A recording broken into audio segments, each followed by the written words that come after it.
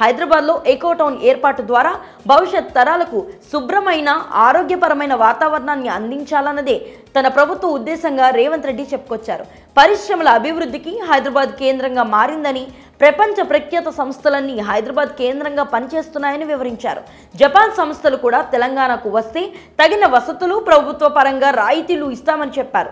ఇలా అభివృద్ధిని కొనసాగిస్తూనే హైదరాబాద్ను క్లీన్ అండ్ గ్రీన్గా మార్చాలన్నది తమ లక్ష్యంగా జపాన్ పారిశ్రామిక వర్గాలకు రాష్ట్ర ముఖ్యమంత్రి రేవంత్, మంత్రి దుద్దిల్ల శ్రీధర్ బాబు స్పష్టం చేశారు.